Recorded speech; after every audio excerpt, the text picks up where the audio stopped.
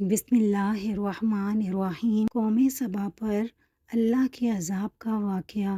اہل سرسار کی ایک قوم جسے قوم سبا بھی کہا جاتا ہے، اللہ تعالیٰ کی بے شمار نعمتوں کے اندر زندگی گزار رہی تھی۔ یہ قوم ایک عظیم تہذیب و تمدن کی مالک تھی۔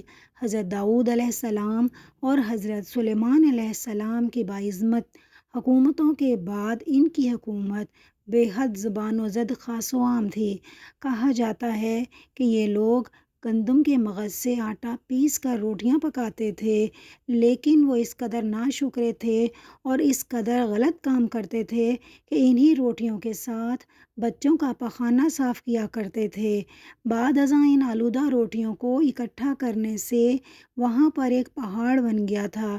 پھر ایک نیک شخص نے وہاں سے گزرتے ہوئے ایک عورت کو دیکھا جو روٹی کے ساتھ بچے کے پخانے کے مقام کو صاف کر رہی تھی۔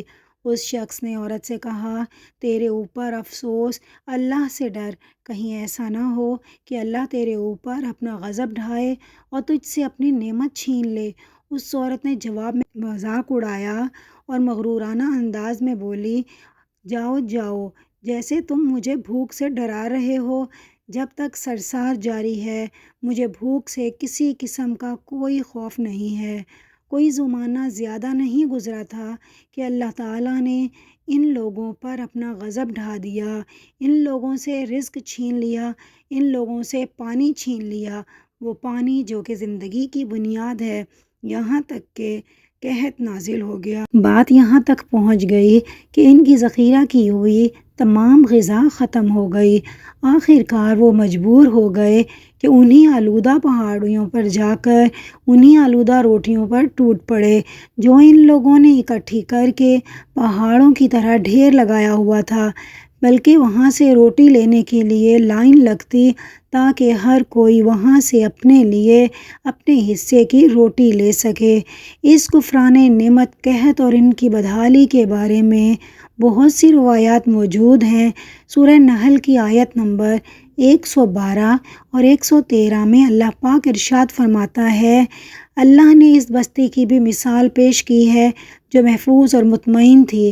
اس بستی کا رزق ہر طرف سے باقاعدہ آ رہا تھا، لیکن اس بستی کے رہنے والوں نے اللہ کی نعمتوں کا انکار کیا تو اللہ نے انہیں بھوک اور پیاس کا مزہ چکھایا، صرف ان کے ان اعمال کی بنا پر جو وہ انجام دے رہے تھے۔ اور یقیناً ان کے پاس رسول آیا تو ان لوگوں نے ان کو جھٹلایا، تو پھر ان تک عذاب پہنچ گیا کہ یہ سب ظلم کرنے والے تھے۔ اس قوم سبا کے بارے میں ایک اور واقعہ بیان ہوتا ہے۔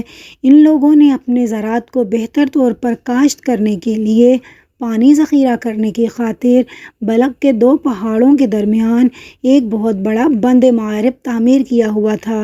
سوراخ اور دوسرے پہاڑوں سے گزرا ہوا پانی اس بند میں آ کر وافر مقدار میں جمع ہو جاتا تھا۔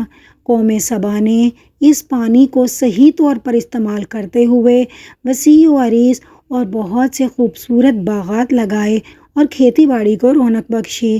ان باغات کے درختوں کی شاخیں اس قدر پھلوں سے لدی ہوئی ہوتی تھیں کہ بتایا جاتا ہے اگر کوئی شخص سر پر ٹوکری رکھ کر ان درختوں کے نیچے سے گزرتا تو پھل خود بخود ٹوکری میں گرنا شروع ہو جاتے اور تھوڑے ہی عرصے میں ٹوکری تازہ پھلوں سے بھر جاتی، لیکن نعمتوں کی کثرت نے انہیں شکر کرنے کی بجائے غافل اور سرمست کر دیا تھا، یہاں تک کہ ان کے درمیان بہت بڑا طبقاتی نظام وجود میں آ گیا۔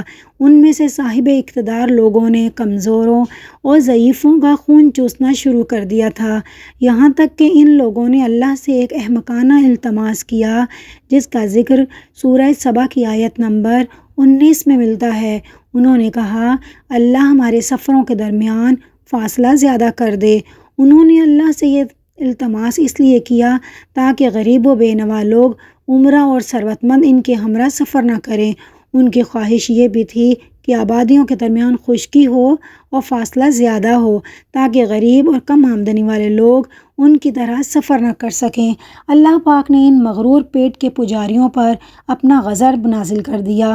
بعض روایات کے مطابق ان مغرور لوگوں کی آنکھوں سے دور صحرائی چوہوں نے معرب نامی بند کی دیواروں پر حملہ کر کے انہیں اندر سے کھوکھلا کر دیا۔ پھر بارشیں بہت زیادہ ہوئیں اور ان کی وجہ سے سیلاب آ گیا۔ اس بند میں پانی بہت زیادہ اکٹھا ہو گیا۔ اچانک بند کی دیواریں ٹوٹیں۔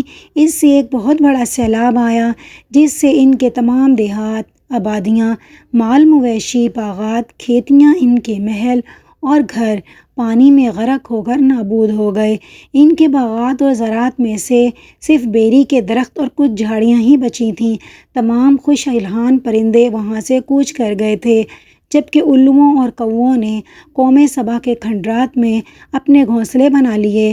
اس بات کا ذکر سورہ سبا کی آیت نمبر 15 اور 16 میں ملتا ہے، اور آخر میں سورہ سبا کی آیت نمبر 17 میں قرآن پاک یہ فرماتا ہے، یہ ہم نے ان کی ناشکری کی سزا دی ہے اور ہم ناشکروں کے علاوہ کسی کو سزا نہیں دیتے ہیں۔